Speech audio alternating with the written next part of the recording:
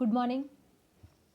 આપણે છેલ્લે સહકારી મંડળી વિશે વાત કરી, ત્યારબાદ આપણે કંપનીના અર્થ અને વ્યાખ્યા વિશે જોઈએ.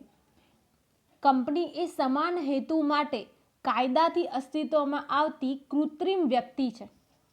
કાયદાની દ્રષ્ટિએ કંપની એક કૃત્રિમ, અદ્રશ્ય અને અમૂર્ત વ્યક્તિ છે. 2013ના કંપની ધારામાં જણાવ્યા પ્રમાણે કંપની એટલે આ કાયદા હેઠળ અથવા અગાઉના કોઈપણ કાયદા હેઠળ સ્થપાયેલ કંપની. આ વ્યાખ્યા સ્પષ્ટ કરે છે કે કંપની એ કાયદાનું સર્જન છે. વિદ્યાર્થી મિત્રો, કંપની એ કાયદાથી અસ્તિત્વમાં આવે છે, એટલે કે કૃત્રિમ વ્યક્તિ છે, કુદરતી નથી. કાયદાની દ્રષ્ટિએ કંપની એ કૃત્રિમ, અદ્રશ્ય એટલે કે જેને જોઈ શકાતી નથી અને અમૂર્ત વ્યક્તિ છે, જેને માત્ર અનુભવી શકાય છે, જોઈ શકાતી નથી, સ્પર્શી શકાતી નથી, માત્ર અનુભવી શકાય છે. અમૂર્ત વ્યક્તિ છે. હવે આ અમૂર્ત અને મૂર્ત એટલે શું એ તમને એક એક્ઝામ્પલ આપું. દાખલા તરીકે ફૂલ છે, ગુલાબનું ફૂલ છે, તો એ મૂર્ત છે, પરંતુ એની જે સુગંધ છે એ અમૂર્ત છે. એને તમે સ્પર્શી ન શકો, જોઈ ન શકો, માત્ર અનુભવી શકો. તો તેવી જ રીતે કંપની એ કૃત્રિમ, અદ્રશ્ય અને અમૂર્ત વ્યક્તિ છે. 2013ના કંપની ધારામાં જણાવ્યા પ્રમાણે, એટલે કે કંપનીની વ્યાખ્યા, કંપની એટલે આ કાયદા હેઠળ અથવા અગાઉના કોઈ પણ કાયદા હેઠળ, અગાઉના કોઈ પણ એટલે કે 1956ની વાત કરે છે અહીંયા, અગાઉના કોઈ પણ કાયદા હેઠળ સ્થપાયેલ કંપની એટલે કંપની. આ સિમ્પલ એની વ્યાખ્યા છે, જે 2013ના કંપની ધારામાં આપવામાં આવેલી છે. ત્યારબાદ એની લાક્ષણિકતાઓ વિશે વાત કરીએ. એનું પહેલું લક્ષણ છે કાયદેસરનું વ્યક્તિત્વ. કંપનીની નોંધણી થતાં કંપનીને અલગ કાનૂની વ્યક્તિત્વ મળે છે. કંપની પોતાના નામથી કોર્ટમાં દાવો માંડી શકે છે, કરાર કરી શકે છે અને કંપની સામે કાયદેસર કાર્યવાહી થઈ શકે છે. અહીંયા એવું કહે છે કે એકવાર કંપનીની નોંધણી થઈ જાય પછી કંપનીને અલગ કાનૂની વ્યક્તિત્વ મળે છે. જેમ સહકારી મંડળીમાં આપણે જોયું હતું કે સહકારી મંડળીમાં મંડળીની એકવાર નોંધણી થઈ જાય ત્યારબાદ તેને અલગ વ્યક્તિત્વ પ્રાપ્ત થાય છે. કોઈ પણ સભ્યના આવવા જવાથી સહકારી મંડળીના અસ્તિત્વને કોઈ ફેર પડવાનો નથી. તેવી જ રીતે અહીંયા પણ કંપનીની નોંધણી થતાં કંપનીને અલગ કાનૂની વ્યક્તિત્વ મળે છે. કંપની પોતાના નામથી કોર્ટમાં દાવો માંડી શકે છે, કરાર કરી શકે છે અને કંપની સામે પણ તમે કાયદેસરની કાર્યવાહી કરી શકો છો. ત્યારબાદ એનું બીજું લક્ષણ છે કાયમી અસ્તિત્વ. કાયદાથી કંપનીને અલગ અસ્તિત્વ પ્રાપ્ત થાય છે. કંપની તેના સભ્યોથી અલગ અસ્તિત્વ ધરાવતી હોવાથી સભ્યોના મૃત્યુ, નાદારી જેવા પ્રસંગોથી કંપનીના અસ્તિત્વને અસર થતી નથી. માત્ર ફડચાની પ્રક્રિયાથી જ કંપનીનો અંત લાવી શકાય છે. અહીંયા એવું કહે છે કે કાયદા દ્વારા કંપનીને અલગ અસ્તિત્વ પ્રાપ્ત તો થાય જ છે, કંપની તેના સભ્યોથી પણ અલગ અસ્તિત્વ ધરાવે છે. માટે જ સભ્યોનું મૃત્યુ થાય, નાદાર થઈ જાય એવા કોઈ પણ પ્રસંગથી કંપનીના અસ્તિત્વને કોઈ ફેર પડવાનો નથી. માત્ર ને માત્ર ફડચાની પ્રક્રિયા દ્વારા જ કંપનીનો અંત લાવી શકાય છે. ત્યારબાદ છે મૂડીનું નાના હિસ્સામાં વિભાજન. કંપનીની મૂડીને નાના નાના હિસ્સામાં વહેંચવામાં આવે છે. આ દરેક હિસ્સાને શેર કહેવામાં આવે છે. શેર બહાર પાડી કંપની વિશાળ પાયા ઉપર મૂડી ભંડોળ એકઠું કરી શકે છે. શેર ખરીદનાર કંપનીનો શેરહોલ્ડર ગણાશે. અહીંયા આવું કહે છે કે કંપનીની જે ટોટલ મૂડી છે એને નાના નાના હિસ્સામાં વહેંચવામાં આવે છે. આ દરેક હિસ્સાને શેર કહેવામાં આવશે. શેર બહાર પાડી કંપની વિશાળ પાયા ઉપર મૂડી ભંડોળ એકઠું કરી શકે છે અને શેર ખરીદનાર જે વ્યક્તિ છે તે કંપનીનો શેરહોલ્ડર ગણાશે. અહીંયા આવું કહે છે કે દાખલા તરીકે કંપનીની ટોટલ મૂડી 1 લાખ છે હવે એને નાના નાના ભાગમાં હિસ્સામાં વહેંચવામાં આવે, દાખલા તરીકે 1 લાખ જે છે એના તમે 10 રૂપિયા લેખે ભાગ પાડો તો 1 લાખ ભાગ્યા 10 તો કેટલા શેર બનશે? 10 લેખે 10,000.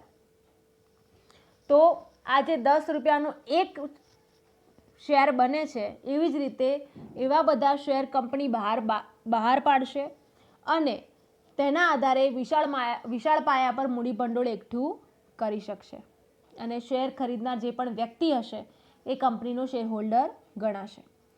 ત્યારબાદ છે શેરની સરળ ફેરબદલી. કંપની અને કાયદાની જોગવાઈઓને આધીન રહી શેરહોલ્ડર કંપનીના શેર વેચી શકે છે અને ખરીદી પણ શકે છે. શેરની ફેરબદલી એ કંપનીનું મહત્વનું લક્ષણ છે. અહીંયા એવું કહે છે કે કંપની અને કાયદાની જોગવાઈઓને આધીન રહીને શેરહોલ્ડર કંપનીના શેર વેચી પણ શકે છે અને ખરીદી પણ શકે છે. આમ શેરની ફેરબદલી એ કંપનીનું મહત્વનું લક્ષણ બનશે. ત્યારબાદ છે સામાન્ય મહોર. કરારો, શેર પ્રમાણપત્રો, દસ્તાવેજો અને રોજબરોજના વ્યવહારોમાં કંપનીની સંમતિ દર્શાવવા માટે સામાન્ય મહોર લગાવવામાં આવે છે. અહીંયા એવું કહે છે કે કુદરતી વ્યક્તિ હોય તમારા કે મારા જેવા, એ સાઇન કરી શકે અને પોતાની સંમતિ દર્શાવી શકે. પણ અહીંયા તો કંપની એ કૃત્રિમ વ્યક્તિ છે, એ કોઈ કુદરતી વ્યક્તિ નથી. તો એ પોતાની સંમતિ કઈ રીતે દર્શાવશે? તો કે પોતાની સામાન્ય મહોર દ્વારા. શેની ઉપર? તો કે કરારો હોય, શેર પ્રમાણપત્ર હોય, દસ્તાવેજો હોય, રોજબરોજના વ્યવહારોમાં જ્યાં પણ જરૂર પડે કંપનીની સંમતિ દર્શાવવા માટે તો આવી સામાન્ય મહોરનો ઉપયોગ કરવામાં આવશે. ટૂંકમાં સામાન્ય મહોર એટલે કંપનીની સહી. ત્યારબાદ છે સંચાલન. કંપની કૃત્રિમ વ્યક્તિ હોવાથી કંપનીના આવેદનપત્ર અને નિયમન પત્રને આધીન રહી સંચાલક મંડળ કંપનીનું સંચાલન કરે છે. ફરીથી, કંપની એક એવી વ્યક્તિ છે, કૃત્રિમ વ્યક્તિ છે, માટે જ કંપનીના જે કાર્ય થશે બધા નીતિ નિયમોને આધીન રહીને થશે. તો એ નીતિ નિયમોને અહીંયા કયા નામથી ઓળખવામાં આવે છે? તો કે પહેલું છે મેમોરેન્ડમ ઓફ એસોસિએશન, એટલે કે કંપનીનું આવેદન પત્ર, જે આપણે આગળ ભણવાનું જ છે, આ જ પ્રકરણમાં છે. ત્યારબાદ છે નિયમન પત્ર, આર્ટિકલ્સ ઓફ એસોસિએશન, જે આવેદનપત્રની મર્યાદામાં રહીને તૈયાર કરવામાં આવશે અને આ બંને દસ્તાવેજોના આધાર રાખીને જ સંચાલક મંડળ કંપનીનું સંચાલન કરશે. શેરહોલ્ડરો પોતાનામાંથી પ્રતિનિધિ તરીકે ચૂંટે છે, જેને સંચાલક કહે છે, અને સંચાલકો સામૂહિક રીતે સંચાલક મંડળ તરીકે ઓળખાય છે, જે કંપનીનું સંચાલન સંભાળે છે. આમ કંપનીમાં માલિકી અને સંચાલન બંને અલગ વસ્તુ છે. કંપનીમાં જે સંચાલકો છે એ કંપનીના જે સભ્યો છે, જે કંપનીના ઇક્વિટી શેરહોલ્ડર્સ છે, તેમની વચ્ચે ચૂંટણી કરવામાં આવે છે, પ્રતિનિધિને ચૂંટવામાં આવે છે અને તે પ્રતિનિધિ એટલે કે આપણા સંચાલક અને આવા સંચાલકોનો સમૂહ એટલે કે સંચાલક મંડળ. અહીંયા કંપનીના માલિક અને સંચાલકો અલગ રહેશે. ત્યારબાદ છે સભ્યનો દરજ્જો. કંપનીમાં સંચાલન અને માલિકી અલગ હોવા ઉપરાંત કંપનીને અલગ કાનૂની કૃત્રિમ વ્યક્તિત્વ મળતું હોવાથી કોઈ પણ સભ્ય કંપની વતી કરાર કરી શકે નહીં. અહીંયા એવું કહે છે કે કંપનીએ સંચાલન અને માલિકીમાં અલગ હોવા ઉપરાંત બીજું શું છે? તો કે કંપનીને અલગ કાનૂની કૃત્રિમ વ્યક્તિત્વ પ્રાપ્ત થાય છે, માટે જ કોઈ પણ સભ્ય કંપની વતી કરાર કરી શકે નહીં. એટલે કે કંપની વતી કોઈ પણ સભ્ય દ્વારા કરાર કરવામાં આવ્યો હોય તો એ માન્ય ગણવામાં આવશે નહીં. કંપની પોતે જ કરાર કરશે. ઉપરાંત સભ્યના કોઈ કૃત્યથી કંપની બંધન કરતા બનશે નહીં. સભ્ય દ્વારા કોઈ પણ કૃત્ય થાય ખોટું તો એના માટે તમે કંપનીને જવાબદાર ગણાવી શકો નહીં, બંધન કરતા કંપની રહેશે નહીં. પરંતુ સભ્ય કંપની સાથે કરાર કરી શકે, પરંતુ કોઈ સભ્ય હોય એ કંપની સાથે કરાર કરી શકે, પરંતુ કંપની વતી કરાર કરી શકે નહીં. ત્યારબાદ છે સભ્ય સંખ્યા. ખાનગી કંપનીમાં ઓછામાં ઓછા 2 અને વધુમાં વધુ સભ્યોની સંખ્યા 200 હોય છે. જાહેર કંપનીમાં ઓછામાં ઓછા 7, પરંતુ વધુમાં વધુ સભ્ય સંખ્યા પર કોઈ નિયંત્રણ નથી. તમારે સભ્ય સંખ્યાની દ્રષ્ટિએ કંપનીના 2 પ્રકારો છે, ખાનગી કંપની અને જાહેર કંપની. ખાનગી કંપનીમાં સભ્યોની મર્યાદા છે. એક તો ઓછામાં ઓછા 2 સભ્યો તો હોવા જ જોઈએ ખાનગી કંપનીમાં. સાથે સાથે એની સંખ્યા પણ 200થી વધવી જોઈએ નહીં. જ્યારે જાહેર કંપનીમાં ઓછામાં ઓછા 7 સભ્યો તો હોવા જ જોઈએ, પરંતુ વધુમાં વધુ કેટલા સભ્યો હોવા જોઈએ તેનું કોઈ નિયંત્રણ હજી આવ્યું નથી. ત્યારબાદ છે સભ્યોની જવાબદારી. સભ્યોની જવાબદારી મર્યાદિત કે અમર્યાદિત હોઈ શકે છે.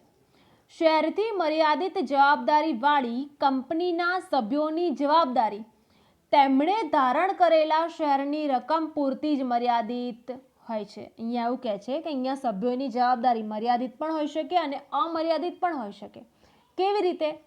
અહીંયા એવું કહે છે કે જો શેર મૂડીથી મર્યાદિત જવાબદારીવાળી કંપની હોય તો એના સભ્યોની જવાબદારી એમણે ખરીદેલા શેરની કિંમત પૂરતી જ મર્યાદિત રહેશે. વાસ્તવમાં અમર્યાદિત જવાબદારીવાળી કંપનીઓ ઘણી જ ઓછી જોવા મળે છે. સભ્યોની જવાબદારી મર્યાદિત છે કે અમર્યાદિત તે કંપનીના આવેદનપત્રમાં જણાવવામાં આવે છે. કંપનીના સભ્યોની જવાબદારી મર્યાદિત છે કે અમર્યાદિત તે કંપનીના આવેદનપત્રમાં જણાવવામાં આવશે. ત્યારબાદ છે મૂળભૂત અધિકારો. કાયદાથી કંપનીને અલગ કાનૂની અસ્તિત્વ મળે છે, પરંતુ કંપની દેશની નાગરિક નથી. તેથી નાગરિકને પ્રાપ્ય હોય તેવા મૂળભૂત અધિકારો કંપનીને મળતા નથી. ત્યારબાદ છે શેર દીઠ મતાધિકાર. કંપનીના સભ્યો તેમની પાસે જેટલી સંખ્યામાં શેર ધરાવતા હોય તેટલા મત આપી શકે છે. શેરની સરળ ફેરબદલી અને શેર દીઠ મત એ કંપનીની આગવી લાક્ષણિકતાઓ છે.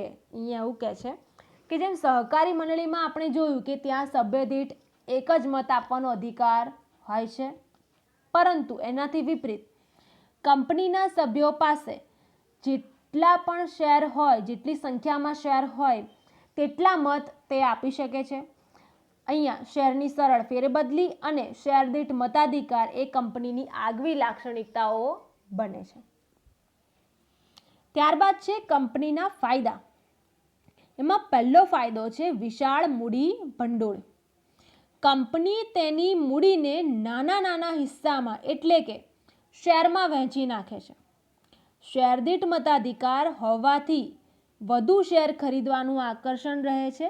પરિણામે કંપની વિશાળ પાયા પર મૂડી એકઠી કરી શકે છે. અહીંયા એવું કહે છે કે જેમ સહકારી મંડળીમાં નિયંત્રણ હતું કે તમે વધારે મૂડી એકઠી કરી શકતા નથી, એની મર્યાદા હતી, પરંતુ અહીંયા ફાયદો છે આ કે તમે કંપની જે છે તેની મૂડીને નાના નાના હિસ્સામાં એટલે કે શેરમાં વહેંચી નાખવામાં આવે છે. શેર દીઠ મતાધિકાર હોવાથી, અહીંયા મતાધિકાર શેર દીઠ હોવાથી જે સભ્યો છે વધુ શેર ખરીદવા માટે આકર્ષાય છે અને પરિણામે કંપની વિશાળ મૂડી એકઠી કરી શકે છે. ત્યારબાદ છે શેરની સરળ ફેરબદલી. માન્ય શેર બજારમાં શેરની લેવેચ સરળતાથી થઈ શકતી હોવાથી કંપનીનો સભ્ય ઈચ્છે ત્યારે શેર વેચી નાણાં મેળવી શકે છે અને જરૂરિયાત પ્રમાણે શેર ખરીદી શકે છે. અહીંયા આવું કહે છે કે માન્ય શેર બજાર એટલે કે સ્ટોક એક્સચેન્જ, NSE, BSE જે છે આપણા તે આવા શેર બજારમાં શેરની લે વેચ સરળતાથી થઈ શકે છે. કંપનીનો સભ્ય ઈચ્છે ત્યારે શેર વેચી શકે છે અને કંપનીનો સભ્ય ઈચ્છે ત્યારે શેર ખરીદી પણ શકે છે.